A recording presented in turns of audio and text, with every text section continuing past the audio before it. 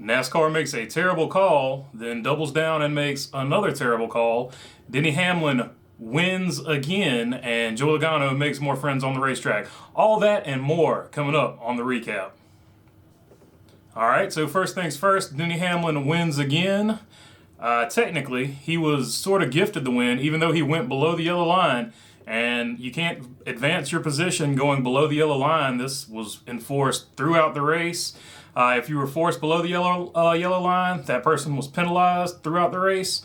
So NASCAR sort of made a controversial decision here, as Denny Hamlin was deemed as being forced below the yellow line, even though he was behind the car that forced him below the yellow line. So if you're behind the car, how can you possibly be forced below the yellow line? That's a question I've got.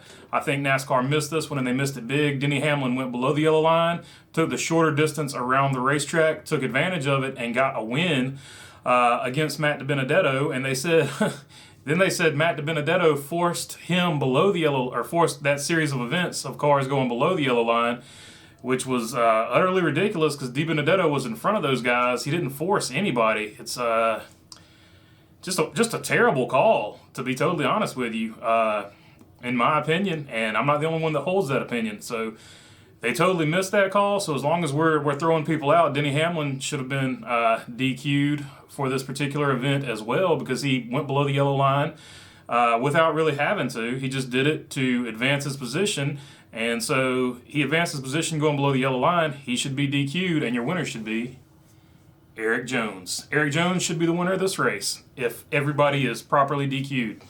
So that being said, that is what it is. There's nothing I can do about it except get on the little recap here and gripe about it. But we're not going to waste too much time on it. If you've seen it, or if you haven't seen it, you need to go see it. You've got your own opinion about it, or you need to make your own opinion about it. But to me, that was a terrible call by NASCAR, and Denny Hamlin should not have won that race. Really bad call, I think. And I think I'm in the majority on that decision. The other point of interest from that exact take is the yellow line rule itself is antiquated. Actually, never should have been a rule to begin with. It's a terrible rule. It was put in place for safety and to prevent wrecks. I don't think it prevented any wrecks this race. And it's just a bad call. Dale Jr. even said it after the race. He said pretty much the exact same thing. They need to get rid of the rule. It's supposed to prevent wrecks, and it hasn't prevented any wrecks this race. So he would like to see that rule gone. And I actually agree with him 100%. It was a pretty terrible rule when they first brought it up, and it has done nothing really but cause trouble, because if you remember back in the day, the Keselowski, Carl Edwards situation, that was all because of the yellow line rule. So I think this rule needs to be just gotten rid of and just let them race. Forget the yellow line. If they wreck, they wreck, because they certainly tore up a lot of equipment today. Really interesting race. So yeah, that yellow line rule needs to go away. Another point of interest in this race was, once again, Joey Logano raced really aggressively. He was penalized twice for forcing people below the yellow line. But I don't think that's really why he was penalized. I think he was just driving super aggressively to get today, and NASCAR used the yellow line rule as an excuse to penalize him, because Joey Logano was pushing people so hard that they were getting sideways. I mean, he was really being aggressive today, and there's nothing wrong with that. That's a way of driving, but this is becoming a pattern of where Joey Logano is sort of driving over his skis, just being so aggressive, being aggressive beyond any reasonable point. I mean, he's sitting there pushing people almost all the way sideways. He was pushing Cole Custer so bad, Cole Custer got up out of the draft and moved backwards so he didn't have to deal with Joey Logano pushing him. Like, who's going to do that? It's crazy. He was driving, and I'm not picking on the guy. I'm just pointing out that this is a series of events that keeps happening with Joey Logano. He has gone to a hyper-aggressive mode, and we've seen drivers do this before. Jeff Bodine's had to be sit down before. Dale Earnhardt's had to be sit down before. Kevin Harvick's had to be sit down before. I think Clint Boyer, at one point, was sat down. So we've seen aggressive drivers skew to being hyper-aggressive to the point of fault. And I think at this point, Joey Logano is skewing in that direction. He's being hyper-aggressive to a fault, because I think he thinks this is how you win a championship. So we'll see what happens with that going forward. Don't want to harp on that guy again. Like I've done 2 episodes in a row. I don't really want to talk about him again. But actually a few good stories came out of this. Austin Dillon in the 3 car, I think, was in every single caution. And at one point, he was 2 laps down. At one point, they were in the garage changing a radiator. He manages to save this day and ends up P12.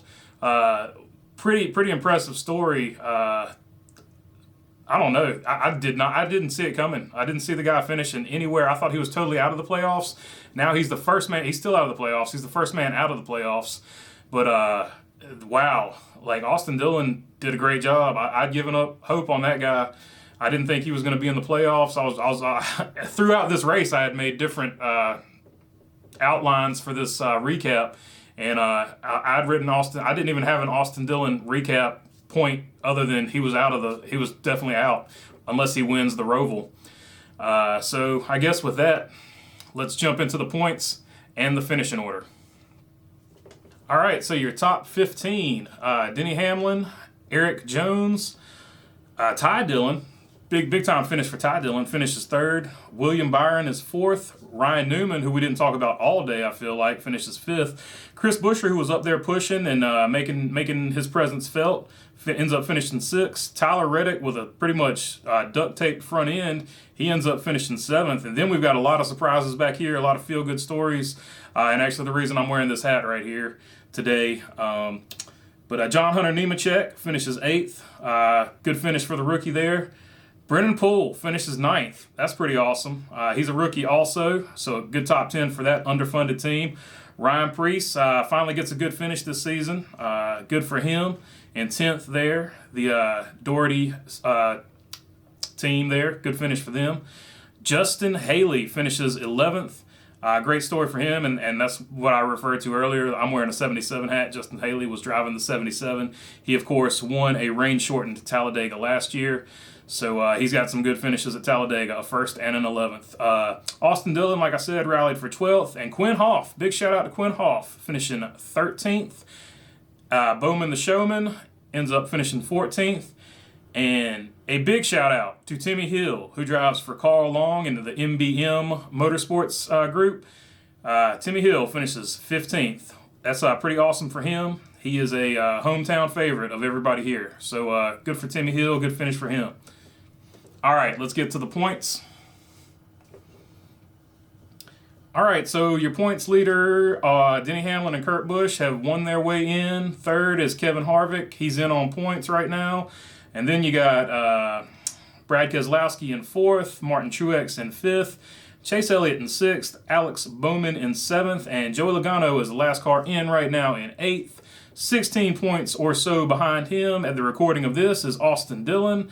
Kyle Busch is 19 points behind, and Clint Bowyer and Eric Almirola are either going to have to win 2 stages and finish in front of Joey Logano or whoever's in 8th at the time, or they're going to have to just flat out win the Roval because they are both 38 points back, and I think that's pretty close to insurmountable. So those 2 guys are going to have to win their way in. All right, that is the recap for the week. Thank you for tuning in. Don't forget to check us out Wednesday nights at 7:30 on Facebook Live. Bologna Burger Media, thanks for checking us out. Peace.